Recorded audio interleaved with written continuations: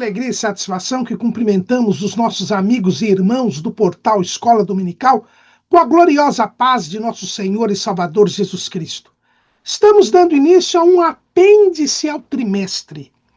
Todas as vezes que estudamos um tema da Escola Bíblica Dominical, nós verificamos se há possibilidade de complementar o assunto com matérias pertinentes e que, pela exiguidade do espaço e do tempo, não foram analisadas em lições específicas por parte da Casa Publicadora das Assembleias de Deus. Longe de dizer que há insuficiência, o nosso objetivo é poder trazer subsídios complementares para que os amados irmãos, na aula ou fora da Escola Bíblica Dominical, em outra reunião de ensino, possam enriquecer ainda mais o tema do trimestre.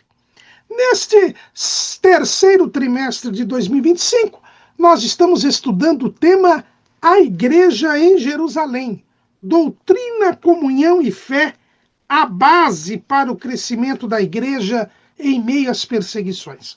E, diante do estudo da Igreja em Jerusalém, dos primeiros capítulos do livro de Atos dos Apóstolos, entendemos por bem fazer um apêndice para analisar as imperfeições da Igreja em Jerusalém. Sim, queridos e amados irmãos, a Igreja de Jerusalém é a igreja modelo, é a igreja referência, é a igreja mãe, é a igreja primitiva, é a igreja cuja história está registrada no livro de Atos para que nós sigamos o seu exemplo. O livro de Atos, ele não é apenas um livro histórico, ele é um livro normativo. O que ali está escrito é o modelo de igreja. É a igreja que Jesus quer que exista até que ele a venha buscar para com ela habitar para sempre nos céus, na casa do Pai, na Nova Jerusalém. Mas nós vamos ver que o fato dela ser modelo, o fato dela ser referência, não quer dizer que ela fosse perfeita. O nosso textuário já revela esta realidade. O apóstolo Paulo, escrevendo aos Filipenses, no capítulo 3, no versículo 12, ele diz assim: não que já tenha alcançado ou que seja perfeito, mas prossigo para alcançar aquilo para o que fui também preso por Cristo Jesus. O apóstolo Paulo, que era portador dos 5 dons ministeriais. Paulo era apóstolo, era profeta, era evangelista, era pastor e era doutor. Paulo, que era portador dos 9 dons espirituais. Paulo possuía a palavra de sabedoria, Paulo possuía a palavra do conhecimento, Paulo possuía o discernimento dos espíritos, Paulo possuía o dom de variedade de línguas, Paulo possuía o dom de interpretação das línguas, Paulo possuía o dom de profecia, Paulo possuía os dons de curar, Paulo possuía o dom de operação de maravilhas, Paulo possuía o dom da fé.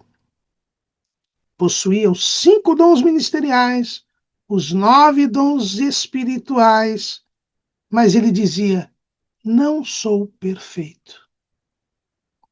Se este gigante espiritual não era perfeito, quem o era? Ninguém. Com exceção de nosso Senhor e Salvador Jesus Cristo, nenhum homem foi perfeito. E por isso a igreja em Jerusalém, formada de seres humanos, não poderia também ser perfeita. E são as principais imperfeições da igreja em Jerusalém que nós iremos estudar neste apêndice ao trimestre. Lembrando de pronto que toda a igreja é imperfeita. Não se esqueça disso, querido irmão, querido amigo. toda igreja é imperfeita. Se você encontrar uma igreja que não é a igreja onde você congrega e achar que aquela igreja é perfeita, não vá para lá. Porque se ela for perfeita, no momento em que você chegar e passar a pertencer a ela, ela o deixa de o ser. Sabe por quê? Porque se ela é perfeita, é porque você não está lá. Se você for para lá, vai mudar. E a perfeição é um estado que não permite mudança. Qualquer perfeição que mude vira imperfeição. A igreja em Jerusalém, ela é a igreja modelo, em primeiro lugar, porque foi lá que Jesus mandou que se começasse a igreja.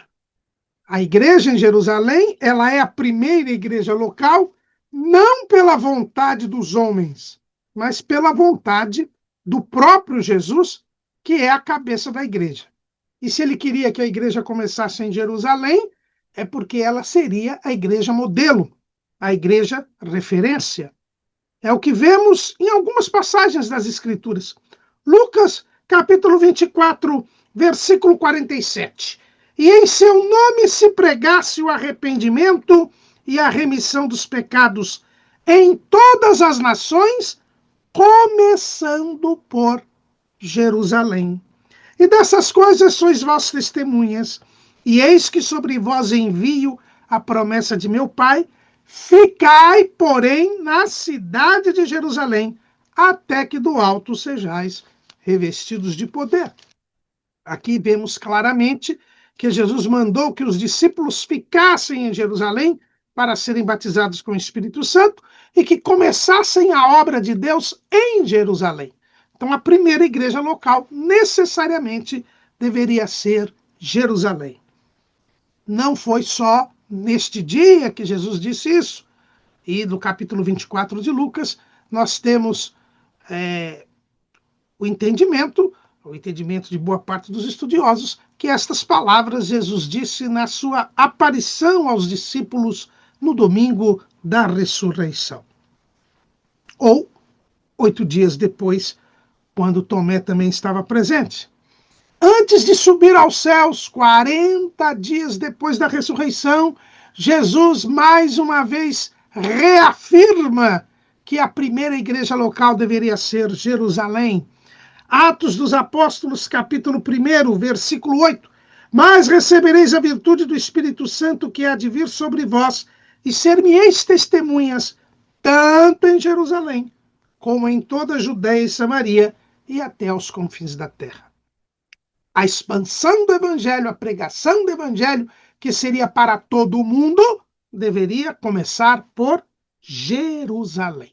Então, Jerusalém não é a primeira igreja local, e como primeira igreja local, igreja modelo, igreja referência, por vontade dos homens, por um acidente histórico, por um acaso. Não.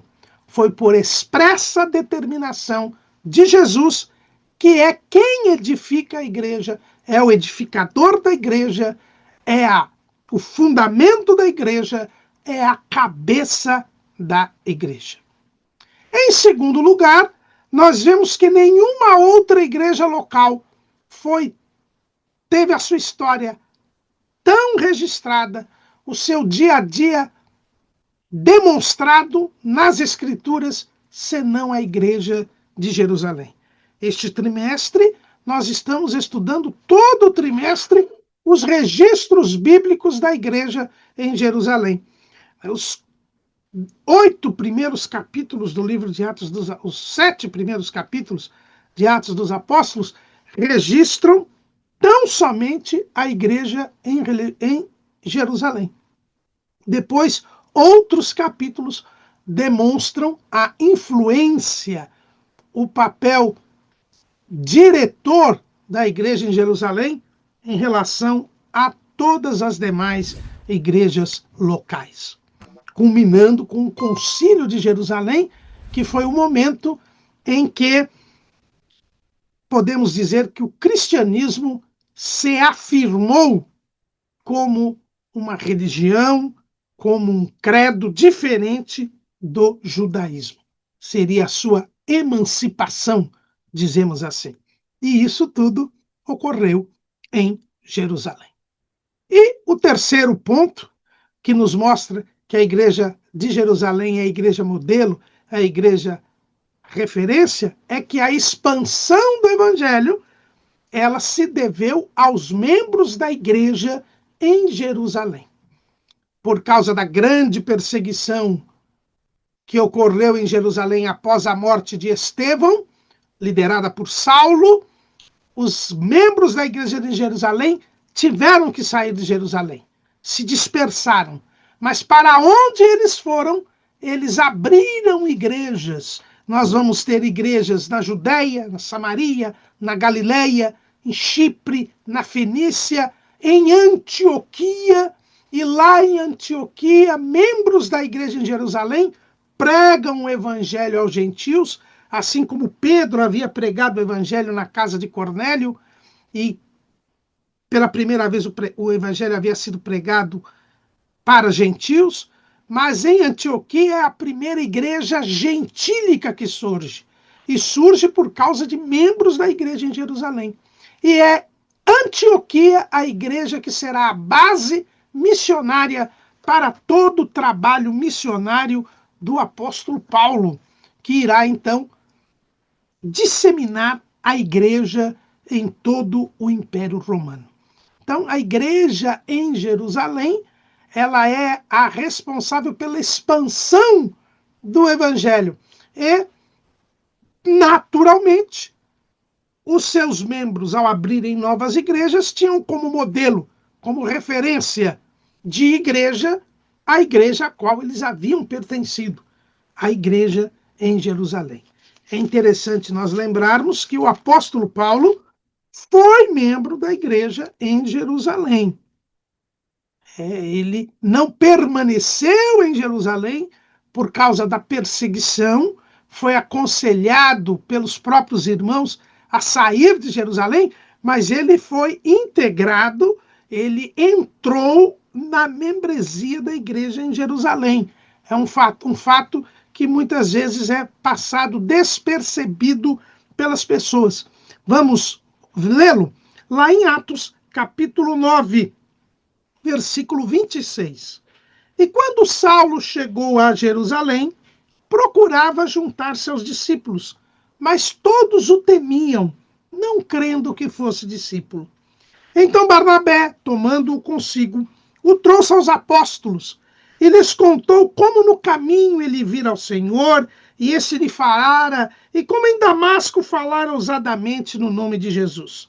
E andava com eles em Jerusalém, entrando e saindo. E falava ousadamente no nome de Jesus. Falava e disputava também contra os gregos, mas eles procuravam matá-lo. Sabendo-o, pois, os irmãos, o acompanharam até Cesareia e o enviaram a Tarso.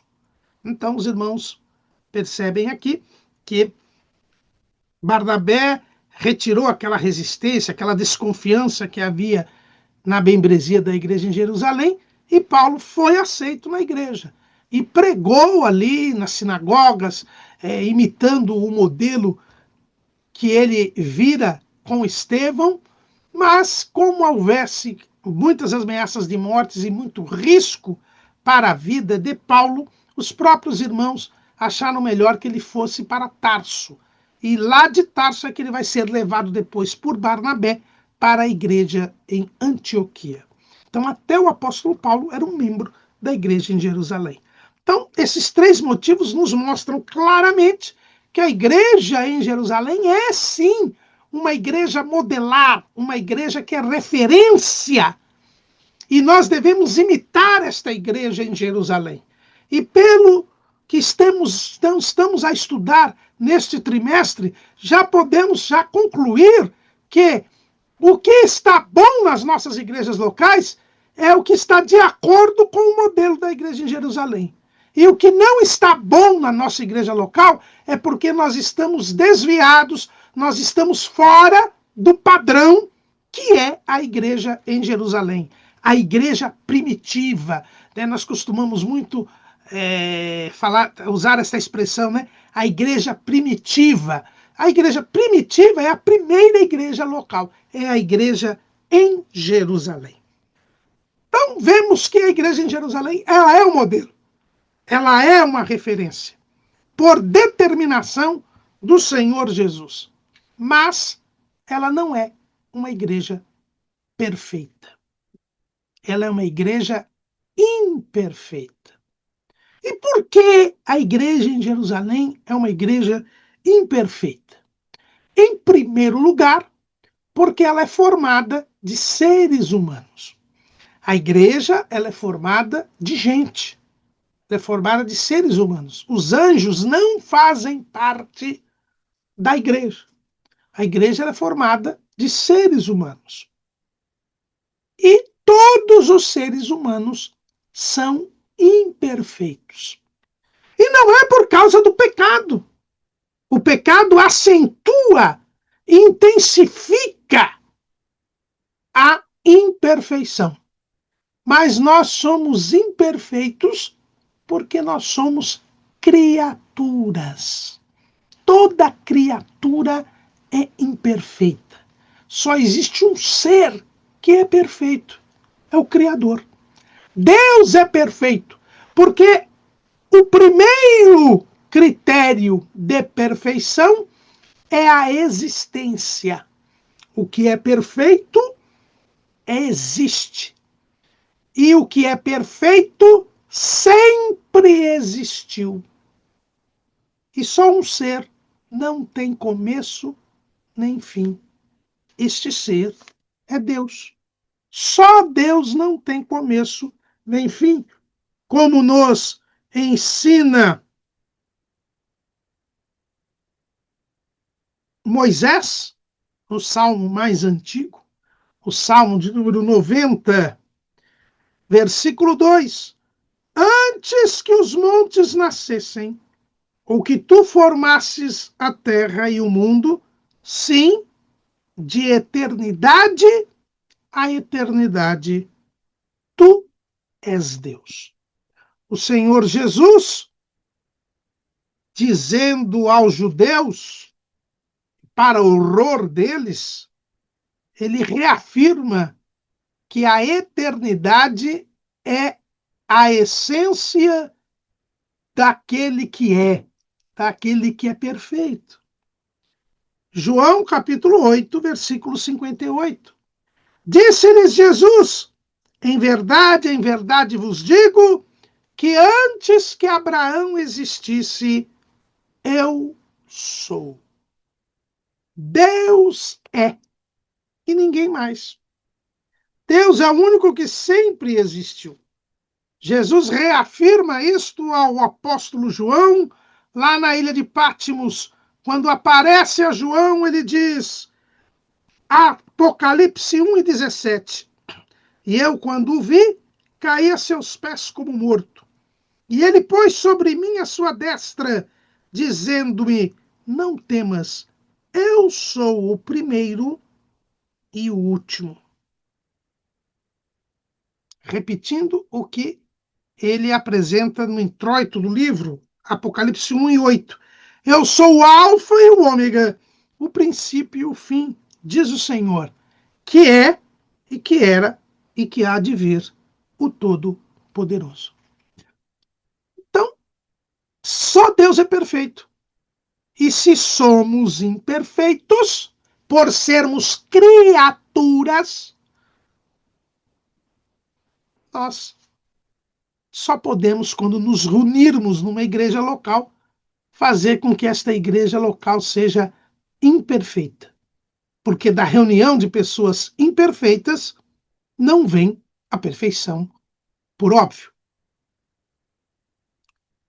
Então, primeiro ponto, a igreja em Jerusalém era imperfeita porque ela é formada de seres humanos e todos os seres humanos são imperfeitos. Segundo ponto, alguém pode dizer, mas as pessoas que fazem parte da igreja, elas têm os seus pecados perdoados, elas recebem a vida eterna e, portanto, seriam perfeitos. Não, senhores. Nós somos imperfeitos por natureza, por sermos criaturas, independentemente se somos ou não santos. Não confundamos perfeição com santidade. A santidade é a ausência de pecado. A santidade é a comunhão com Deus, porque quando nós temos os nossos pecados perdoados, nós somos justificados, a justiça de Cristo vem sobre nós, e nós então entramos em comunhão com Deus, que é santo, e passamos a ser santos. É o que Paulo diz lá em 1 aos Coríntios, capítulo 1, versículo 2. A igreja de Deus que está em Corinto, aos santificados em Cristo Jesus, chamados santos, com todos os que em todo lugar invocam o nome de nosso Senhor Jesus Cristo, Senhor deles e nosso. Nós fomos santificados. Nós agora somos chamados santos, mas não perfeitos. E a prova disso é o que lemos lá na Epístola aos Efésios, capítulo 4, versículo 11. E ele, que é Jesus, e ele mesmo deu uns para apóstolos e outros para profetas, e outros para evangelistas e outros para pastores e doutores, querendo o aperfeiçoamento dos santos, para a obra do ministério, para a edificação do corpo de Cristo, até que todos cheguemos à unidade da fé e ao conhecimento do Filho de Deus, a varão perfeito, à medida da estatura completa de Cristo. Então veja, Jesus colocou na igreja apóstolos, profetas, evangelistas, pastores e doutores, querendo o aperfeiçoamento dos santos. Ou seja, os santos tiveram seus pecados perdoados, receberam a vida eterna, entraram em comunhão com Jesus, mas são imperfeitos, tanto que precisam ser aperfeiçoados. Só é aperfeiçoado quem é imperfeito. Se eu fosse perfeito, eu não precisaria ser aperfeiçoado. Se Jesus coloca na igreja pessoas para promover o nosso aperfeiçoamento, é porque nós somos imperfeitos. E a igreja em Jerusalém, ela recebeu apóstolos, profetas, evangelistas, pastores e doutores. Por quê? Porque os seus membros eram imperfeitos, precisavam ser aperfeiçoados. Então nós temos mais uma demonstração que a igreja em Jerusalém, como toda igreja local, ela era uma igreja imperfeita, formada por santos, porque só pertence à igreja quem é santo, quem foi chamado para fora do pecado, para fora do mal, para fora do mundo, mas, embora santos, são imperfeitos, precisam ser aperfeiçoados. Então, temos aqui a demonstração clara de que a perfeição não pertence à igreja. E aqui abrimos um parêntese para falar sobre a chamada doutrina da perfeição cristã, defendida por John Wesley e por alguns dos seus seguidores, segundo a qual a perfeição pode ser alcançada ainda sobre a face da terra. O que não é o que a Bíblia nos ensina. A Bíblia nos ensina que a perfeição ela chegará à igreja, sim, mas no dia do arrebatamento da igreja. Neste dia, quando nós formos glorificados, quem tiver morrido em Cristo ressuscitará, quem estiver vivo terá o seu corpo transformado, e aí então nós seremos semelhantes a Cristo, e assim como ele é, o veremos. Este dia é o dia em que alcançaremos a perfeição. A perfeição é a nossa meta. Jesus colocou dons ministeriais na igreja, querendo o aperfeiçoamento dos santos. Nós estamos e temos que dirigir a nossa vida em direção a esta meta. Que meta? A estatura completa, a varão perfeito, à medida da estatura completa de Cristo. Mas isso somente chegará quando estivermos glorificados, no dia do arrebatamento da igreja. Então, a igreja em Jerusalém era imperfeita, tanto que Jesus colocou nela os ministros para que houvesse o aperfeiçoamento dos santos. Mas se isto acontecia com a igreja que é modelo, com a igreja que é referência, com a igreja que Jesus quis que fosse o começo de todas as outras, que dirá nas nossas? Que dirá nós que somos imitadores desta igreja em Jerusalém? Mas, verificado que a igreja em Jerusalém ela era imperfeita, quais são as imperfeições ou as principais imperfeições que esta igreja apresentava? A Bíblia Sagrada, ela é a palavra de Deus. E a prova de que uma das provas de que a Bíblia é a palavra de Deus é que ela é o único livro imparcial que surgiu em toda a história da humanidade. Todas as obras, todos os livros, eles são parciais. O autor, ele procura defender o seu ponto de vista e, nesta busca de defesa do ponto de vista, ele às vezes amplia, aumenta os argumentos favoráveis à sua opinião e às vezes omite, faz desaparecer os elementos desfavoráveis à sua opinião. Nós temos visto hoje, inclusive, uma pressão, notadamente no Brasil, mas é algo que está ocorrendo em todo o mundo, em que as elites, as classes dominantes, elas estão procurando de todas as maneiras impor a censura na internet, justamente para que os pontos de vista, as ideias e os pensamentos que desagradam estas classes dominantes sumam, desapareçam, não sejam veiculadas, justamente porque eles querem manipular a opinião pública, porque eles querem esconder aquilo que não é de acordo com as suas crenças, com os seus pensamentos. Isto é próprio do homem, isto é próprio da natureza humana. Mas Deus, ele não faz acepção de pessoas. Deus, ele não é parcial, pelo contrário, ele é imparcial. E ele mostra a verdade, porque a sua palavra é a verdade.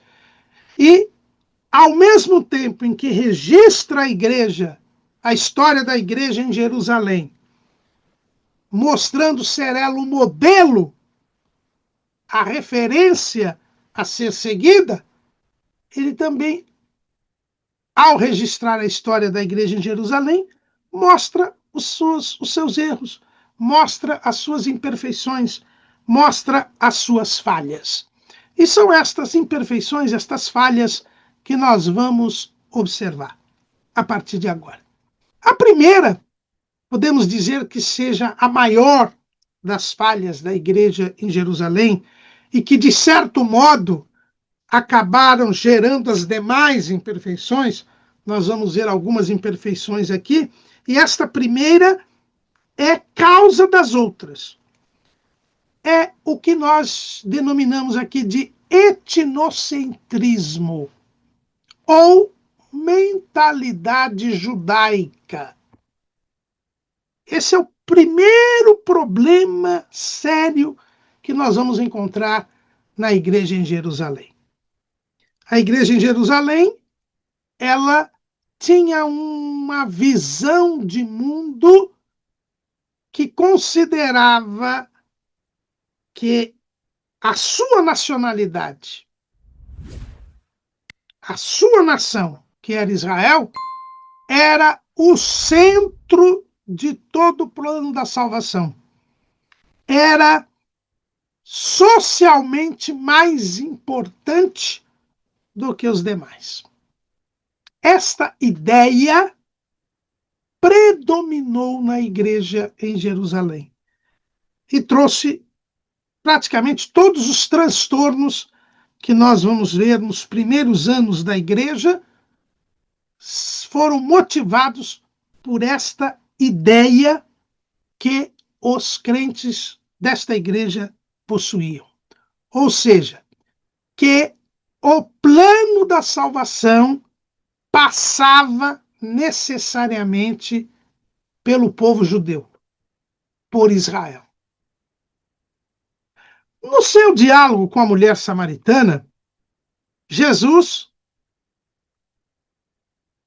assim se expressou. E vejam que os discípulos não presenciaram esse diálogo entre Jesus e a mulher samaritana.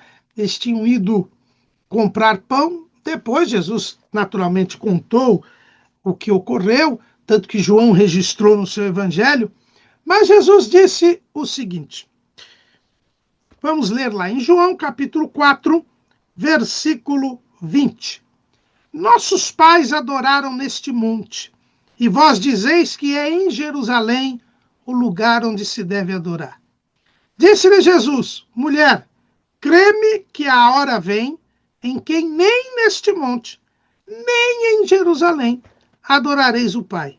Vós adorais o que não sabeis, nós adoramos o que sabemos, porque a salvação vem dos judeus. Mas a hora vem, e agora é, em que os verdadeiros adoradores adorarão o Pai em espírito e em verdade, porque o Pai procura tais que assim o adorem. Deus é espírito e importa que os que o adorem em espírito e em verdade. Jesus mostra que agora o plano da salvação entrava numa nova fase. Jesus tinha vindo ao mundo para cumprir a vontade do Pai, para entregar a sua vida em pagamento dos nossos pecados e abrir a oportunidade da salvação para toda a humanidade mediante a fé nele. Israel tinha cumprido um papel. Qual era o papel? É o papel de ser a nação que haveria de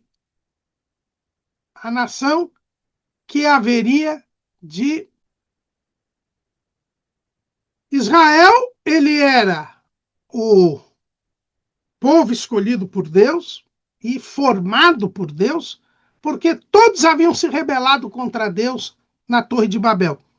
Se todos haviam se rebelado contra Deus na Torre de Babel, naturalmente, era preciso formar um novo povo para dele vir o Messias. E é este o sentido da expressão que Jesus diz: a salvação vem dos judeus. O que quer dizer isto?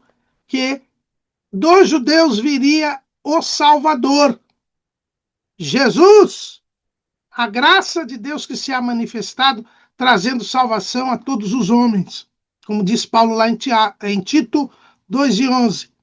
Então, nós vemos que a salvação vem dos judeus, quer dizer, o Salvador teria que ser um judeu.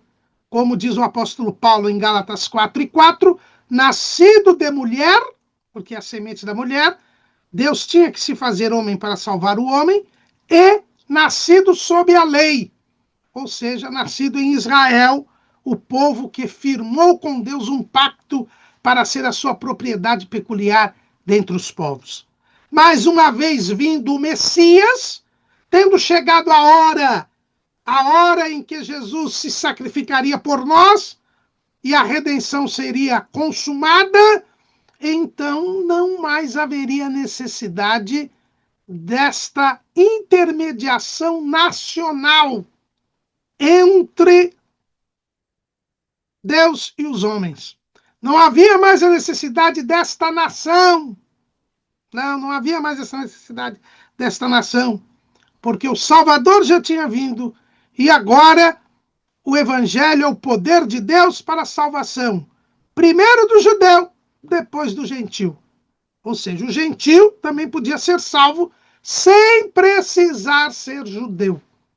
Mas era isto exatamente que o povo de Israel não tinha entendido e os crentes da igreja em Jerusalém não tinham entendido. Os crentes em Jerusalém achavam que para alguém ser salvo, precisava primeiro se tornar um judeu. A salvação era dentro da nação de Israel. Alguém só poderia ser salvo se tornar-se judeu e depois então crer em Jesus. Isto é o que nós chamamos de mentalidade judaica, que nós chamamos de etnocentrismo. É a colocação da nacionalidade em primeiro lugar como condição para a salvação. E esta ideia estava presente entre os discípulos já durante o ministério de Jesus. Os discípulos, eles entendiam que Jesus iria iniciar imediatamente o reino. Ele era o Messias e estava predito que o Messias reinaria sobre Israel, ocuparia o trono de Davi e reinaria sobre todas as nações. E era esta a ideia que os discípulos tinham. O apóstolo, o próprio Lucas 19:11. E ouvindo ele essas coisas, ele prosseguiu e contou uma parábola, porque estava perto de Jerusalém e cuidavam que logo se havia de manifestar o reino de Deus. Então, os irmãos percebam que os discípulos já achavam que Jesus iria instituir imediatamente o reino de Deus. E não era esse o propósito. Jesus até contou essa parábola, que era a parábola das 10 minas, para mostrar que demoraria este tempo. Mas os discípulos estavam firmados nesta ideia. Tanto que antes da ascensão, eles voltam a tocar no assunto. Atos capítulo 1, versículo 6. Aqueles, pois, que se haviam reunido, perguntaram-lhe dizendo: Senhor, restaurarás tu neste tempo o reino a Israel? E disse-lhes: Não vos pertence saber os tempos ou as estações que o Pai estabeleceu pelo seu próprio poder. Mas recebereis a virtude do Espírito Santo que há de vir sobre vós, e ser-me-eis testemunhas tanto em Jerusalém como em toda a Judéia e Samaria e até os confins da terra. Jesus tenta tirar da cabeça dos discípulos este foco. Não é para se preocupar com Israel, com as promessas messiânicas, com o reino do Messias. Nós agora estamos num outro tempo.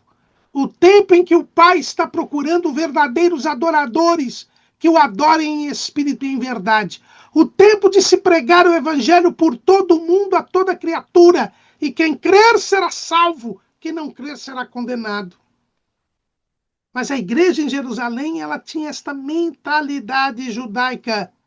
As pessoas primeiro deveriam ser judias para depois crerem em Jesus. Era preciso que Israel tivesse o cumprimento das profecias messiânicas, que o Messias se tornasse rei de Israel e rei de todo mundo, para que houvesse a salvação. Eis esta mentalidade causou graves problemas para a igreja em Jerusalém. Veja que essa mentalidade está aqui. Eles perguntam quando será a restauração do reino a Israel. E Jesus diz: preocupem-se em evangelizar o mundo. A sua ocupação agora é a evangelização do mundo. O meu assunto com Israel é com Israel. A igreja é distinta de Israel. Mas Jesus sobe aos céus e eles de novo manifestam essa mentalidade judaizante, essa mentalidade judaica. Quando? quando escolhem o 12º apóstolo. Qual foi a primeira coisa que eles fizeram depois que começaram a buscar o batismo com o Espírito Santo?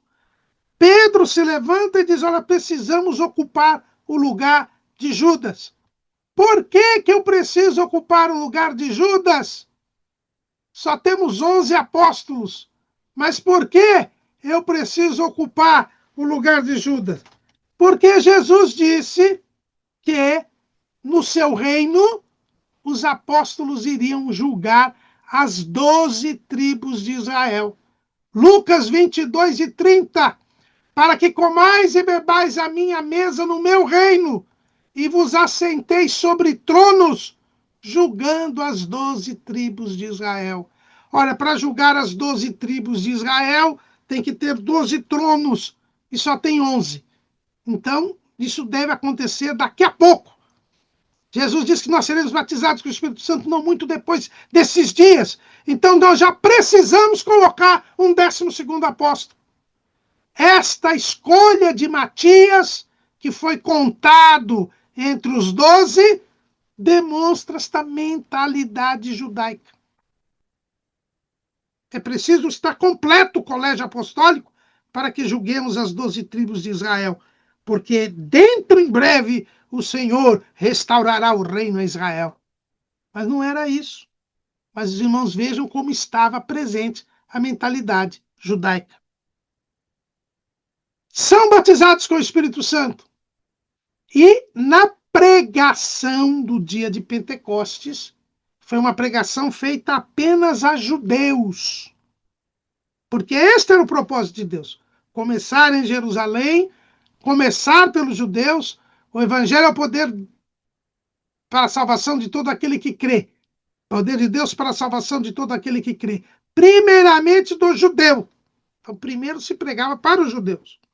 Por isso, o dia de Pentecostes, a inauguração da igreja, foi uma pregação para judeus. É o que vemos em Atos, capítulo 2, versículo 5. E em Jerusalém estavam habitando judeus, varões religiosos de todas as nações que estão debaixo do céu. Notemos, porém, que, embora o evangelho tenha sido pregado a judeus, eram judeus de todas as nações que ouviram os discípulos falar das grandezas de Deus nas próprias línguas de cada um. Tanto que eles ficaram atônitos, porque aqueles varões eram galileus e, no entanto, cada um os ouvia falar na sua própria língua. É o contrário do que aconteceu na Torre de Babel. O Espírito Santo sinalizava aos discípulos que a igreja agora estava num outro momento, no momento em que ela era universal, no momento em que ela era para toda a raça, tribo, língua e povo, no momento em que ela era para toda a humanidade. Não havia mais o aspecto nacional. O que separavam as nações eram as línguas. Foi assim que Deus estabeleceu lá na Torre de Babel, quando espalhou a humanidade, aquela comunidade única, por causa da sua rebeldia. Agora, cada um os ouvia falar em sua própria língua. O evangelho superava o obstáculo da língua que havia sido instituído pelo próprio Deus para dividir as nações. Mas eles não entenderam. Eles não entenderam isto. Como o auditório era de judeus e de prosélitos, o que é um prosélito? Era um gentil que se convertia ao judaísmo. Se fosse homem, ele se circuncidava e se tornava judeu e passava a praticar a lei. Se fosse mulher, o homem também passava por uma lavagem ritual na mikvah, né, que era uma espécie de um tanque. Ela passava ali e depois, então, a mulher, então, passava a ser judia, cumprindo a lei. Mas eles não entenderam. Eles não entenderam que cada um ouviu falar na sua própria língua. Eles ficaram com aquela ideia. O auditório era judaico. E tinha de ser judaico, porque nós estávamos numa festa judaica em Jerusalém. o dia de Pentecostes. Mas eles não compreenderam isso. E passaram a se reunir onde? No templo. No templo. Eles passaram a se reunir e a congregar no templo. Atos 5:12. E muitos sinais e prodígios eram feitos entre o povo pelas mãos dos apóstolos, e estavam todos unanimemente no alpendre de Salomão. O alpendre de Salomão era uma espécie assim de um corredor, de uma área assim livre no templo em Jerusalém. E ali eles se reuniam. E por que escolheram aquele lugar? Porque Jesus também, pelo que parece ser, o local em que ele preferia para proferir os seus ensinamentos no templo. É o que nós lemos lá em João 10:23. E Jesus passeava no templo no alpendre de Salomão. Então, por ser o lugar que Jesus havia escolhido para pregar ali, para ensinar no templo, os crentes passaram a frequentar aquela área do templo, a adorar a Deus no templo, pensando ainda que havia um local de adoração que era Jerusalém. Era Jerusalém, porque era o lugar que Deus havia escolhido para que fosse construído o templo. Então, o local de adoração só podia ser no lugar escolhido por Deus, o templo em Jerusalém. Mas Jesus já havia dito, nem no Monte Gerizim, nem em Jerusalém. Agora a adoração seria em espírito e em verdade. Mas a mentalidade judaica, o etnocentrismo da igreja em Jerusalém, também se refletia neste local de adoração. E eles estavam tão presos a isso que não saíam de Jerusalém para pregar o evangelho.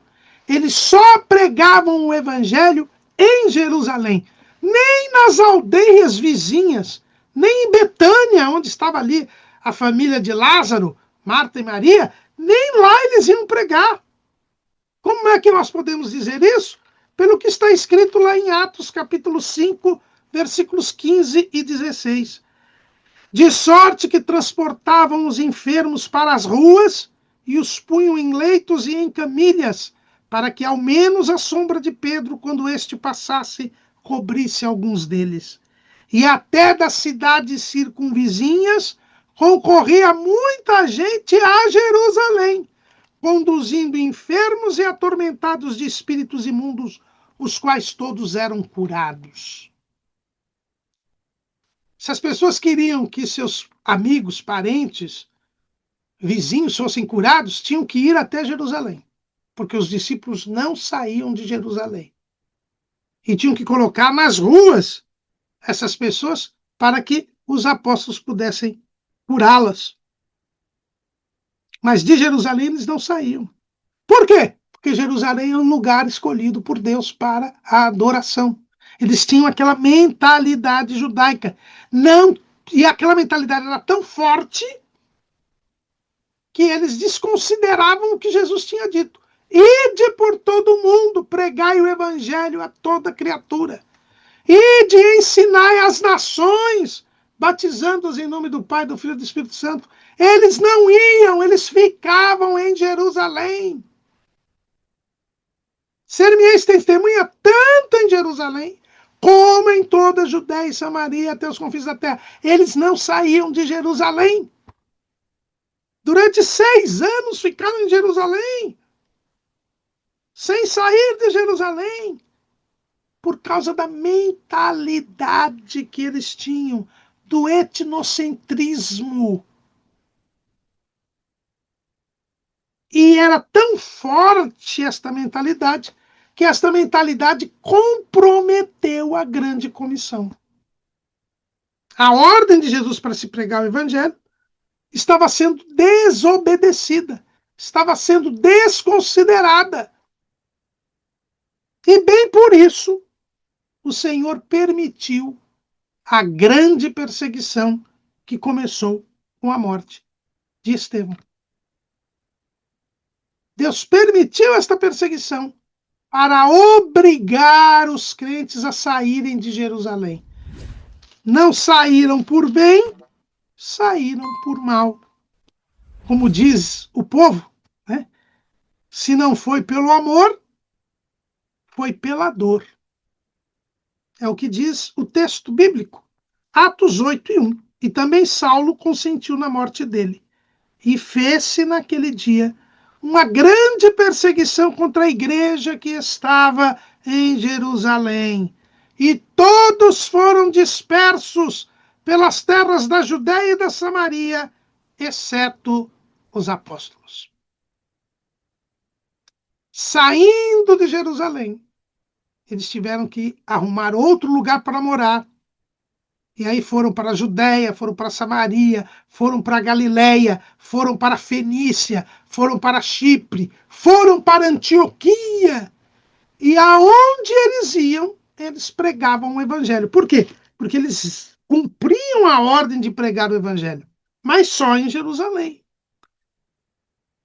E foram eficazes, foram extremamente obedientes e frutíferos na pregação do evangelho em Jerusalém. Quem o diz não são os apóstolos, são os inimigos da igreja, os membros do sinédrio. Eles dão testemunho da dedicação que a igreja tinha de pregar o evangelho, ainda que só em Jerusalém. É o que lemos em Atos 5:28. Não vos admoestamos nós expressamente que não ensinasseis nesse nome? E eis que enchestes Jerusalém dessa vossa doutrina e quereis lançar sobre nós o sangue desse homem. Eles eram grandes evangelizadores. Eles cumpriam a ordem de pregar o evangelho, mas só em Jerusalém. E por que só em Jerusalém? Porque eles estavam impregnados desta mentalidade judaica. Jerusalém é o local de adoração, o local escolhido por Deus, que as pessoas venham a Jerusalém para ouvirem o evangelho e crerem em Jesus.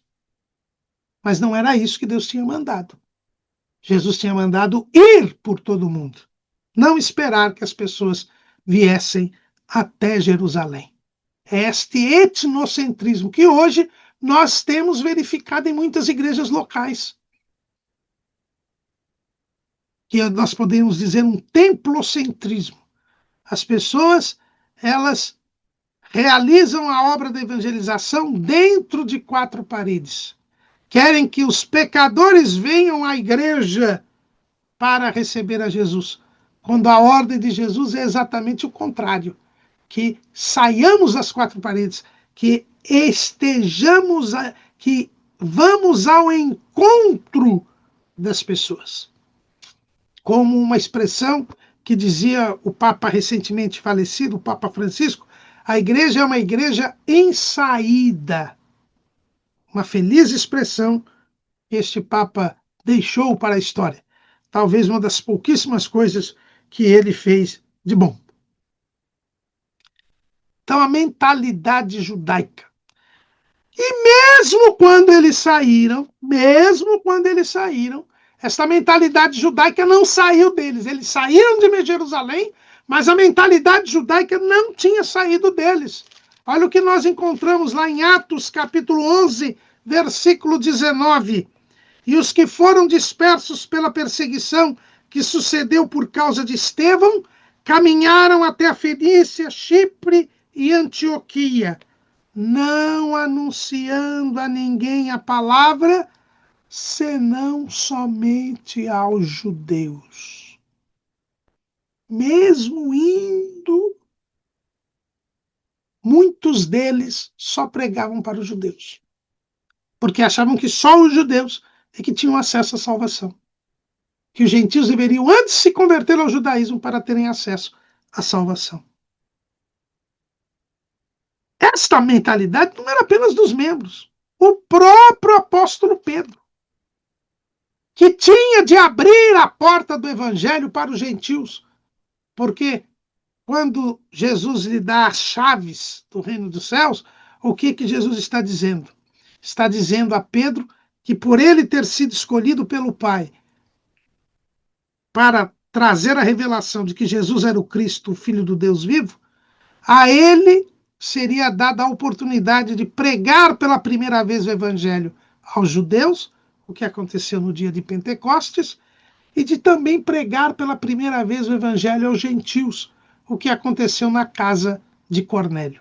Mas para Pedro ir para a casa de Cornélio, o Espírito Santo precisou fazer um hercúleo esforço para que o próprio Pedro superasse a mentalidade judaica. Nós sabemos a história lá do capítulo 10 de Atos dos Apóstolos.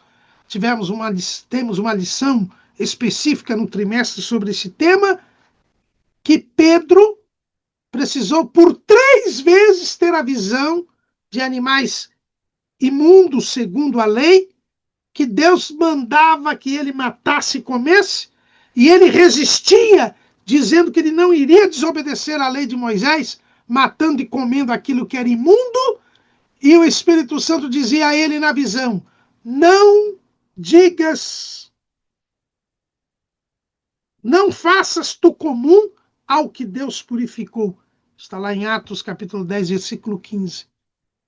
E aí então chegaram os soldados e servos do centurião romano Cornélio até a casa dele, conforme a orientação que o anjo tinha dado a Cornélio, para que ele fosse até a casa de Cornélio. E mesmo tendo essa visão, que fez com que Pedro fosse até a casa de Cornélio, Pedro, ainda quando entra na casa de Cornélio, ainda se justifica, dizendo que o que ele estava fazendo não era certo, não era lícito. Olha, o que Deus mandou é certo. Mas olha a mentalidade judaica. E Jesus batiza Cornélio e os seus com o Espírito Santo, enquanto Pedro está pregando, porque se eles não fossem batizados com o Espírito Santo ali, certamente Pedro não iria batizá-los nas águas. E mesmo com tudo isso, quando Pedro volta à igreja em Jerusalém, ele tem que enfrentar uma comissão. Ele tem que se justificar. A igreja achou que ele havia pecado, que ele havia errado ao fazer aquilo. E ele, ao contar o que aconteceu, então parece que a igreja engoliu, mas não troppo, como diziam os italianos. Engoliu, mas não muito. Não muito. E entenderam que o evangelho também havia alcançado os gentios. Mas, por causa deste episódio de Cornélio, é que alguns crentes em Antioquia resolveram pregar para os gentios. É o que nós lemos lá em Atos 11 e 20. E havia entre eles alguns varões de Chipre e de Cirene, os quais, entrando em Antioquia, falaram aos gregos, anunciando o Senhor Jesus. E a mão do Senhor era com eles, e grande número creu e se converteu ao Senhor. Só em Antioquia que surge a primeira igreja gentílica. E aí, habilmente, os apóstolos mandam para Antioquia Barnabé, e aí nós temos a formação da primeira igreja gentílica, e a partir da primeira igreja gentílica é que nós vamos ter a pregação aos gentios. Se fosse depender da igreja em Jerusalém, provavelmente até hoje nós não teríamos a divulgação do evangelho aos gentios. Mas a partir da igreja em Jerusalém, com membros desta igreja entendendo que o evangelho é para os gentios, que pregaram para os gentios em Antioquia, habilmente a igreja em Jerusalém manda Barnabé para pastorear esta igreja, e ele, trazendo Paulo, forma a igreja em Antioquia, e é a partir da igreja em Antioquia que será o evangelho divulgado para os gentios livremente. O Espírito Santo supera o obstáculo da mentalidade judaica, primeiro, permitindo a perseguição. Segundo, atuando através de Pedro na casa de Cornélio. O que faz com que alguns membros da igreja em Antioquia preguem para os gentios. E aí, então, a liderança da igreja, dirigida pelo Espírito Santo, manda Barnabé. E aí se forma uma igreja gentílica que será a base missionária para a pregação do evangelho aos gentios. Toda essa estratégia, todo esse movimento por causa da imperfeição da igreja em Jerusalém, que era o etnocentrismo ou a mentalidade judaica. E com a igreja em Antioquia, a mentalidade judaica desapareceu? Não, não. Porque houve membros da igreja em Jerusalém que começaram a visitar, sem ordem da liderança, começaram a visitar as igrejas que estavam sendo abertas pelo trabalho missionário de Barnabé e de Paulo, querendo impor a lei de Moisés para os novos crentes, para estas igrejas gentílicas. Não contentes em pensar errado, eles ainda queriam influenciar os novos crentes. E olha que gastavam muito, sofriam muito, porque as viagens naquele tempo eram custosas, eram dificultosas, mas eles faziam questão de ir lá para exigir que os novos crentes se circuncidassem, se tornassem judeus, senão não seriam salvos. Trazendo o que a Bíblia chama de perturbação e transtorno de alma. É o que está escrito lá em Atos capítulo 15, versículo 24. Porquanto ouvimos que alguns que saíram dentre nós, aqui é a reunião lá na igreja em Jerusalém, vos perturbaram com palavras e transtornaram a vossa alma, não lhes tendo nós dado mandamentos. E o que eles falavam? O que está escrito em Atos capítulo 15, versículo 5. Alguns, porém, da seita dos fariseus que tinham crido, se levantaram, dizendo que era mister circuncidá-los e mandar-lhes que guardassem a lei de Moisés. E por isso causou um tumulto tão grande na igreja, em todas as igrejas, que as lideranças se reuniram em Jerusalém e definiram. Nós temos uma lição também sobre este assunto no trimestre, que é a última lição, a lição de número 13, a Assembleia de Jerusalém, quando então definiram que os crentes gentios não precisavam cumprir a lei de Moisés, que a salvação é pela fé.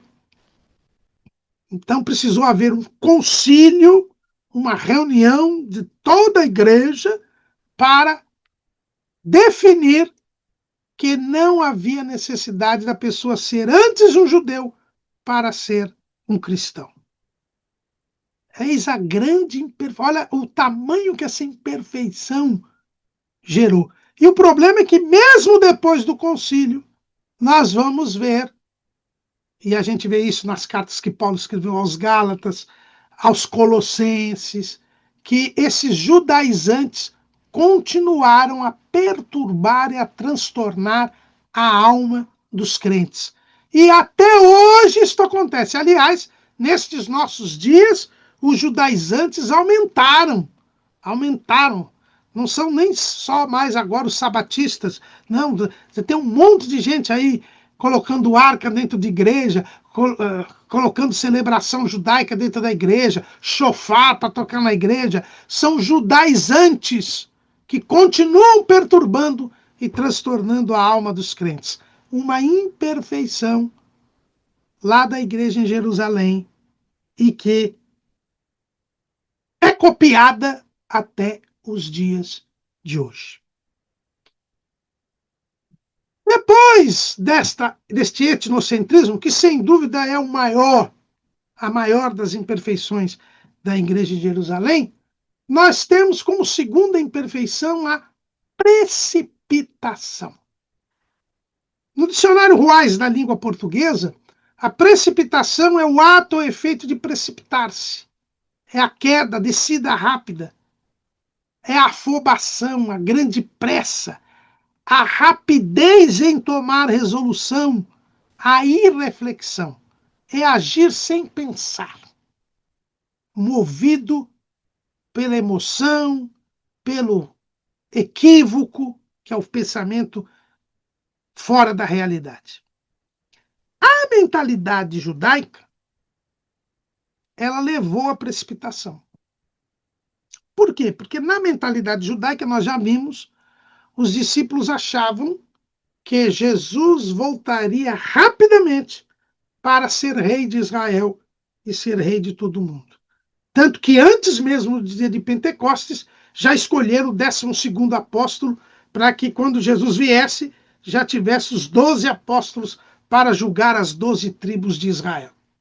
Pois bem, essa a mentalidade judaica gerou a precipitação. Por quê? Porque eles achavam que Jesus iria voltar muito rapidamente. Que a volta de Jesus era para aqueles dias. Como diz o saudoso pastor Ailton Muniz de Carvalho,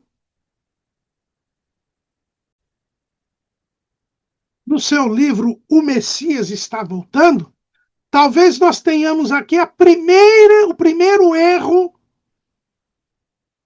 em se tentar marcar a volta de Jesus, lá na igreja em Jerusalém, por causa da precipitação. Olha o que diz o saudoso pastor Ailton Muniz de Carvalho. Entre eles não havia divergência com relação ao tempo da volta do Messias. Todos ministravam as boas novas, como se não restasse para eles mais do que alguns anos de vida sem que ele voltasse. Por isso o número das almas que se rendiam ao Senhor era incalculável. Não havendo tempo para gastarem o dinheiro, os novos convertidos vendiam suas propriedades e dividiam entre eles.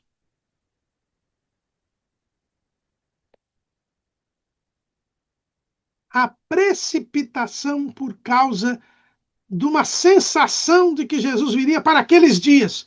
Haviam se esquecido da parábola das 10 minas, que nós já mencionamos aqui. E isso fez com que os discípulos, os membros da igreja em Jerusalém, vendessem todas as suas propriedades e repartissem com os necessitados.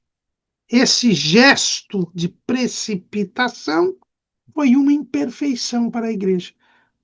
Notemos que perceber a necessidade do irmão e repartir o que tem para saciar a necessidade do irmão é correto.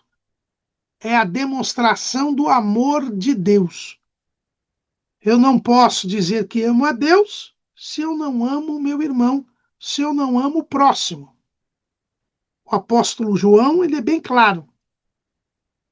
Lá em 1 de João, capítulo 3, 1 de João, capítulo 3, versículo 16. Conhecemos o amor nisto, que ele deu a sua vida por nós, e nós devemos dar a vida pelos irmãos. Quem, pois, tiver bens do mundo, e vendo o seu irmão necessitado, lhe cerrar o seu coração, como estará nele o amor de Deus? Meus filhinhos, não amemos de palavra nem de língua, mas por obra e em verdade. E nisto conhecemos que somos da verdade, e diante dele asseguraremos nosso coração. Li até o versículo 19. Então, perceber a necessidade do irmão e suprir essa necessidade é um dever de cada um de nós. Agora, eles vendiam todo o patrimônio. Por quê? Porque achavam que Jesus iria voltar imediatamente. Não iam mais precisar daquele patrimônio. Jesus estava às portas e, portanto, eles vendiam tudo e repartiam com as pessoas. E foi uma atitude precipitada. E ao precipitarem esta atitude, o tempo passou, Jesus não voltou e a necessidade chegou para todos. Porque só há uma forma pela qual nós adquirimos o necessário para a nossa sobrevivência. é pelo trabalho. Gênesis capítulo 3, versículo 19. No suor do teu rosto comerás o teu pão, até que te tornes a terra, porque dela foste tomado, porquanto és pó, e em pó te tornarás. O trabalho, ele é penoso e necessário à nossa sobrevivência. É assim que Deus estabeleceu a forma pela qual nós caminhamos e sobrevivemos na face da terra. Lá, o apóstolo Paulo, em 2 aos Tessalonicenses, capítulo 3, versículo 10, diz: Porque, quando ainda estávamos convosco, vos mandamos isto, que se alguém não quiser trabalhar, não coma também. Venderam as propriedades, não trabalhavam. Qual foi o resultado disso? O resultado disso foi que a igreja em Jerusalém começou a passar necessidade. Nós encontramos mais de uma vez o apóstolo Paulo, a igreja em Antioquia, mandando ajuda para os crentes de Jerusalém, para os crentes da Judeia, que estavam na miséria. Por quê? Porque venderam todas as suas propriedades, repartiram entre todos, e não houve mais fonte para subsistirem, para sobreviverem.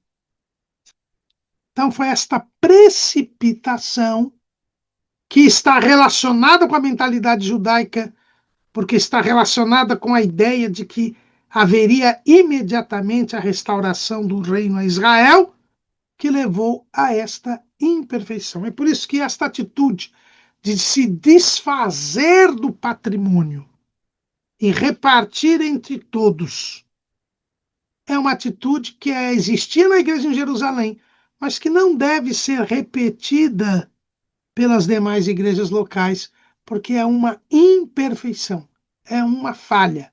Foi motivada por um sentimento, por um pensamento que não tinha respaldo bíblico, que era de que o reino de Israel seria restaurado muito proximamente, o que contrariava os ensinos do próprio Jesus a respeito.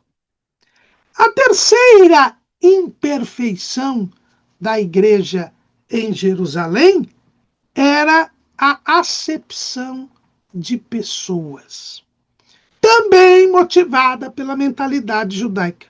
Porque na mentalidade judaica, a pessoa primeiro precisa ser judia para poder alcançar a salvação. Portanto, a pessoa gentia, ela era considerada imunda. O próprio Jesus usa dessa mentalidade existente naquele encontro com a mulher cirofenícia.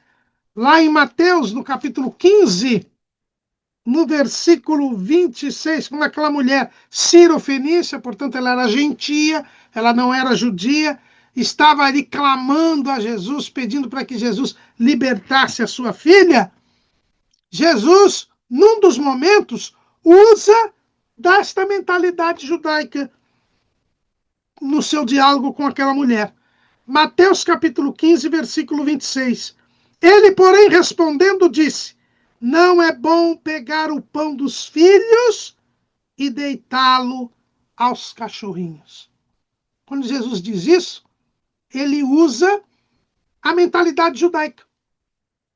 A cultura que considerava que os gentios eram cães. Cão era um animal imundo, não é o melhor amigo do homem, como nós dizemos hoje. O cão era um animal imundo, porque era um quadrúpede que não tinha unhas fendidas. Então, por isso, ele era um animal que não podia ser comido, era um animal imundo. E os gentios eram considerados cães imundos. Então havia um preconceito nacional, étnico, um racismo, podemos dizer, no meio do povo judeu. Eles se consideravam santos por serem judeus. E os gentios, por serem gentios, eram considerados imundos. João Batista, quando veio com a mensagem do batismo para os judeus, veja que o batismo, que era uma imersão, onde a pessoa confessava que era pecadora e se arrependia dos seus pecados e confessava os seus pecados para poder receber o Messias. Era essa a mensagem de João Batista. O Messias está chegando, mas vocês são imundos por causa dos seus pecados.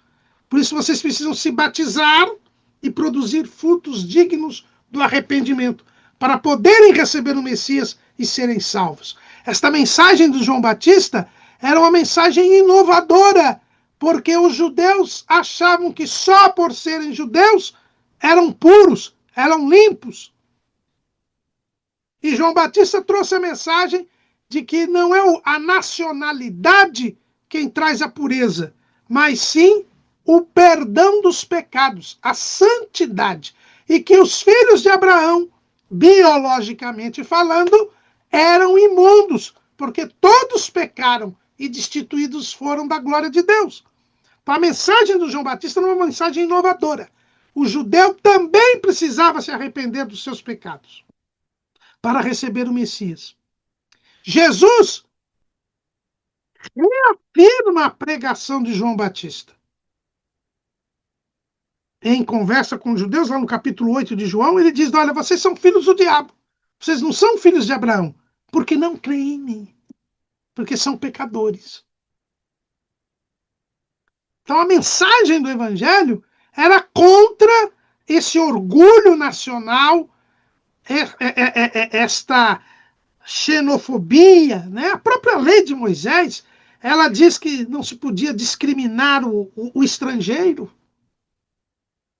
que vivesse no meio do povo de Israel. Salomão, na oração de dedicação ao templo, diz que quando o estrangeiro viesse pedir algo a Deus, que Deus escutasse o estrangeiro. E na oração não dizia que ele vire primeiro o judeu para depois tu ouvi-los. Não. Era uma mentalidade equivocada da cultura judaica, principalmente do farisaísmo. Mas a igreja em Jerusalém havia adotado esta ideia. Havia este preconceito. E nós vemos na própria questão que nós já falamos aqui, de exigir que os gentios primeiro se tornassem judeus para alcançar a salvação. A ideia de que o gentio era imundo e não poderia ser salvo por Jesus, enquanto fosse gentio. E esse preconceito não era só entre judeu e gentio, também tinha o preconceito entre o judeu que nascia em Israel e vivia em Israel e o judeu que era de outra nação. O judeu chamado da diáspora, né? Os irmãos lembram que quando teve o cativeiro da Babilônia, todo o povo judeu foi levado para a Babilônia, depois a Babilônia virou o Império Persa, e só 50.000, leiam lá Esdras 1 e 2, capítulo 1 e capítulo 2, os irmãos vão ver que Esdras registra que cerca de 50.000 pessoas vieram voltar para morar na terra de Israel. Todos os outros judeus continuaram onde estavam. E os judeus que moravam na terra de Israel se achavam mais santos do que os judeus da diáspora. Por quê? Porque eles achavam que por morarem em Israel, eles estavam cumprindo a vontade de Deus, porque Deus tinha dado Israel para os judeus. Então eles estavam na terra querida, dada por Deus. E os outros eram desobedientes, porque moravam junto dos gentios. Não moravam na terra que Deus lhes havia dado. Então havia essa rixa entre os judeus hebreus e os judeus gregos, entre os judeus que moravam na terra de Israel e os judeus que moravam nas outras terras. E este preconceito, esta discriminação, foi transplantada para a igreja. E foi o motivo daquela rixa que acabou gerando o diaconato. Também, isso está estudado numa lição própria do trimestre, não vamos falar disso, mas estamos falando do problema da acepção de pessoas. Atos capítulo 6, versículo 1. Ora, naqueles dias, crescendo o número dos discípulos, houve uma murmuração dos gregos contra os hebreus, porque as suas viúvas eram desprezadas no ministério cotidiano. Havia um desprezo das viúvas judias gregas em relação às viúvas judias hebreias. Essas, porque moravam na terra de Israel, recebiam primeiro os donativos. Se sobrasse, davam para as outras, se não, não. Então, aqui, nós temos aqui o efeito do preconceito. Isso acontece até os dias de hoje. Veja, por exemplo, lá nos Estados Unidos, as igrejas, elas acolhiam aquela segregação racial entre brancos e negros. E ainda hoje nós temos igrejas de negros e igrejas de brancos. O que é inadmissível. Não se pode fazer acepção de pessoas. E parece que isso foi um problema que perdurou, apesar da criação do diaconato, era um problema que ainda existia entre os crentes em Jerusalém. Tanto que Tiago, que era o pastor da igreja em Jerusalém, quando ele escreve a sua carta, e ele escreve a sua carta para os crentes que ele tinha pastoreado e que tinham ido embora por causa da perseguição, por isso que Tiago 1:1 diz assim: Tiago, servo de Deus e do Senhor Jesus Cristo, às 12 tribos que andam dispersas, saúde. Então, na verdade, ele escreve a sua carta para os crentes que ele havia pastoreado em Jerusalém e que, por causa da grande perseguição, estavam aí dispersos por todas as partes do mundo. E um dos assuntos que ele vai trazer é justamente a acepção de pessoas, o preconceito, a discriminação injusta. Porque existe a discriminação justa. Você não pode tratar um homem da mesma maneira que você trata uma mulher. Porque o homem é diferente da mulher. É por isso que tem que ter banheiro para homem e banheiro para mulher. Isso é uma discriminação justa, porque é decorrente da natureza das coisas. Agora, existe a discriminação injusta, que é aquela que não tem base na natureza das coisas, que é tratar diferentemente pessoas que estão na mesma situação. A viúva era necessitada, ela precisava de mantimento.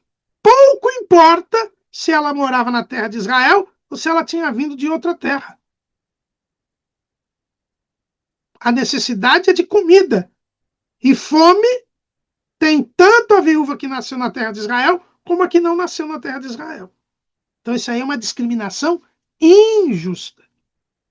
Mas como eu disse, tanto era um problema que Tiago teve que enfrentar, que quando escreveu uma carta para esses crentes, ele escreveu, Tiago 2:1, meus irmãos, não tenhais a fé de nosso Senhor Jesus Cristo, Senhor da glória, em acepção de pessoas.